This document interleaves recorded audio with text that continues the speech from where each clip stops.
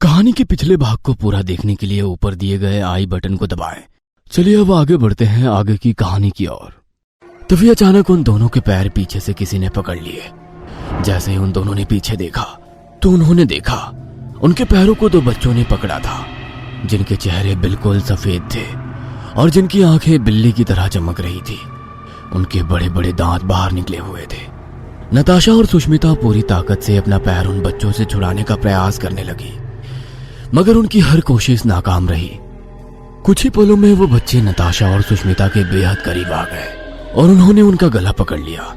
देखते ही देखते कंपार्टमेंट में जितने भी लोग मौजूद थे सब उठकर खड़े हो गए और एक साथ तेज कदमों के साथ चलते हुए उन सब ने नताशा और सुष्मिता को चारों ओर से घेर लिया। सुष्मिता और नताशा बुरी तरह से चीखने लगी। देखते ही देखते उन बच्चों ने नताशा और सुष्मिता को खाना शुरू कर दिया।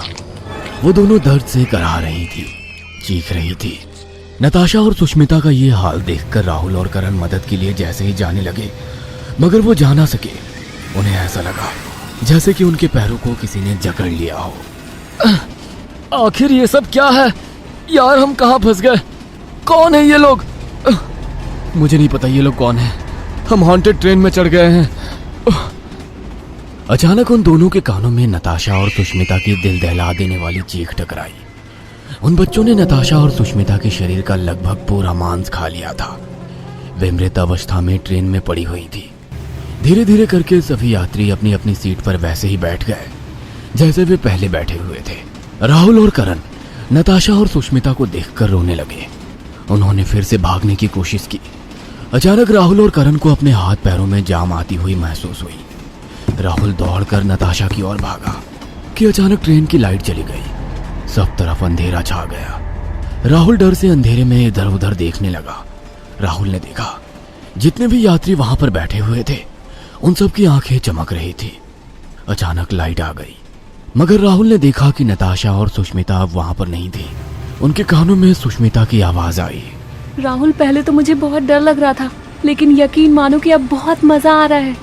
जैसे ही राहुल की नजर सामने गई, राहुल ने देखा उसके सामने सुष्मिता और नताशा के कंकाल खड़े हुए हंस रहे थे। राहुल को करण की चीखने की आवाज सुनाई दी। राहुल, सुष्मिता और नताशा मर चुकी हैं।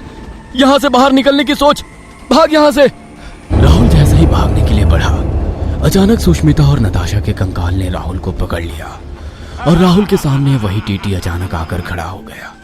सभी यात्रियों ने राहुल को घेर लिया और उन सब ने राहुल का मांस खाना शुरू कर दिया। देखते ही देखते राहुल का शरीर कंकाल में बदल गया। अब सब के सब करण की ओर घूरने लगे। करण बड़ी फुर्ती से ट्रेन के दरवाजे पर पहुंच गया और उसने चलती हुई ट्रेन में से छलांग लगा दी और एक जोरदार चीख करण की गूंज गई। सुबह उन चारों की लाश पटरी पर पड़ी हुई थी। पुलिस इनकी लाशों का मुआयना कर रही थी और कुछ गांव वाले भी वहां इकट्ठे थे। हवलदार, इनकी कार हमें यहाँ से थोड़ी दूर पहले पंचर मिली है। समझ में ये नहीं आता कि रात में तो ये स्टेशन वीरान रहता है। ये लोग यहाँ रात में क्या कर रहे थे? सर, ये कोई पहली घटना नहीं है। इससे पहले भी ना जाने कितने लोगों की लाशें हमें इसी पटरी पर मिली हैं।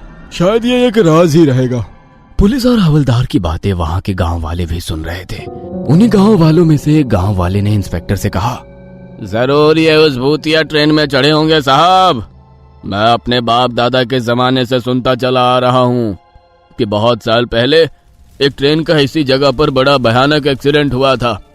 तब से वो ट्रेन रोज रात में यहाँ आती है और जो भी भूला भटका अनजान व्यक्ति उस ट्रेन में चढ़ जाता है तो फिर कभी वापस नहीं आता। अपनी बकवास बंद करो, मुझे तुम्हारी बकवास सुनने में कोई दिलचस्पी नहीं है। वह व्यक्ति वहां से चला गया और थोड़ी दूर पर जाकर हंसने लगा। उसकी आंखें चमक रही थी। वह वही बूढ़ा व्यक्ति था जो उन चारों को रात में स्टेशन पर मिला था। हमें पूरा यकीन है दोस्तों कि आप लोगों को ये कहानी जरूर पसंद आई होगी। अगर आपके साथ भी कुछ ऐसे अनकहे किस्से हो चुके हैं तो प्लीज हमारे साथ शेयर करें। हम जरूर अपने चैनल पर उनको दिखाएंगे। हमारी ईमेल आईडी नीचे डिस्क्रिप्शन बॉक्स में दी गई है, तो प्लीज हमारे वीडियो और चैनल को शेयर एंड सब्सक्राइब करें और बने रहे हमारे साथ ऐसे ही अनकहे किस्से और कहानियां सुनने के लिए।